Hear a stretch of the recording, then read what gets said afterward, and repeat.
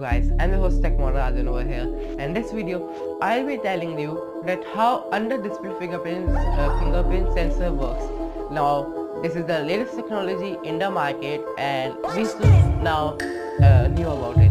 So Vivo recently have launched their phone in CES which has a working under-display fingerprint sensor. But what is the miracle behind it? Now if you see the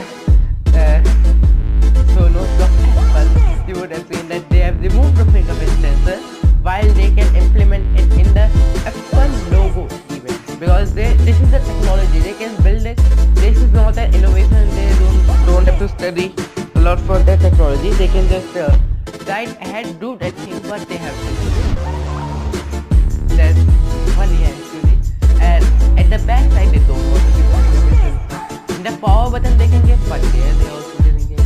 So what does another fingerprint is and how does it work? Now Vivo hasn't launched its own technology under the fingerprint sensor.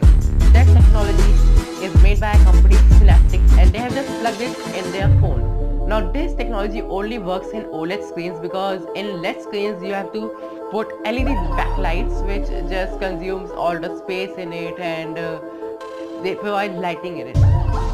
But in OLED screen you don't want that. In OLED screen the light, just the camera angle a little bit. In OLED screen the light is made by a pixel itself, so there's plenty of room for everything.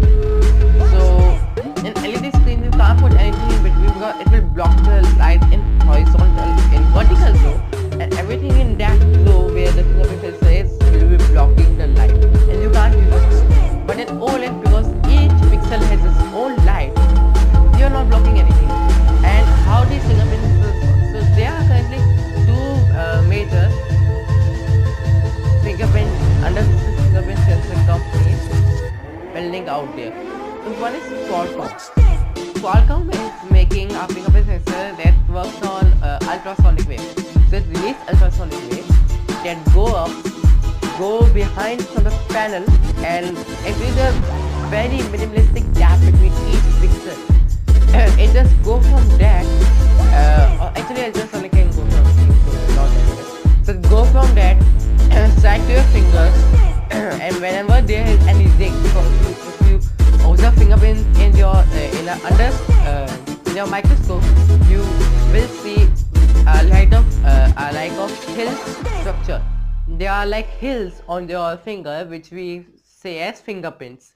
So it just go, strike and bounce back and make a chart of where there is a little bit of depth, where there is a little bit of rise like mountains. So it just captures it and make a digital map inside the memory. So whenever you just tap on a display, your electricity comes ultrasonic comes up and strikes back, and if the current map matches the old map, then it means that you have put it as right. Sorry, because I'm talking like this because I never make a script. I talk to you guys, just I plug in the camera, start recording, and I say whatever it is in my mind. The mind is my script. I don't make scripts. So I hope you will ignore that thing. And the other thing is Synaptics. The technology by Synaptics is very good, and I think so that many manufacturers will use the technology by Synaptics only. So what is Synaptics doing? Now this is also for only OLED screens. Okay, that one can be used in any screen because it is using ultrasonic waves, but this Synaptics technology is not using ultrasonic. It's using a much different type of technology. It's slow right now because it's under development, but I think so it will become fast. So there are two types of fingerprint sensors. In the phone we have capacitive fingerprint sensor, in which what you do is then when you press there, okay, the charge in your fingers make a charge with the capacitors there. They are very small capacitors, and that makes a map of your hills and depths in your, because when you press, the depths will not press any conductor while the hills will press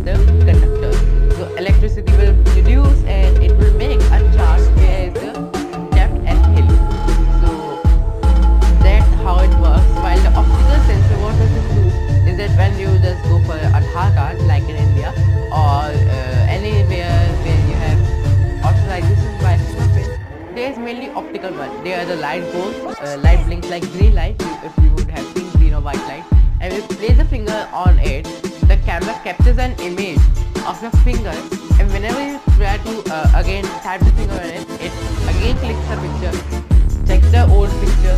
If the pictures match, it just sees that yeah, it is the right one. So that was not much secure because you can make a fake fingerprint out of plastics or anything, because there is no capacitors to check the electricity, because plastic cannot conduct electricity, but it is not checking.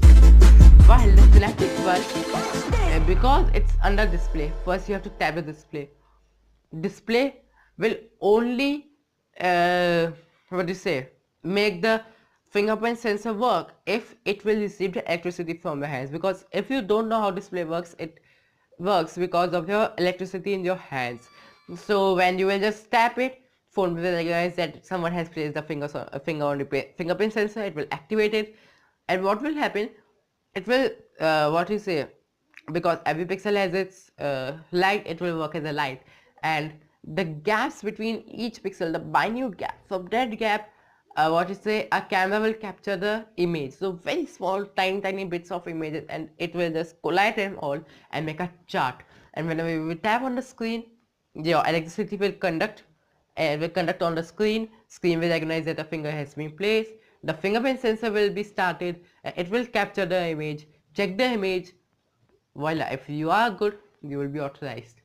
And because of this, because we are touching on a screen, and screen checks for the electric pulse from the finger, it's little bit more secure than the other optical fingerprint sensors.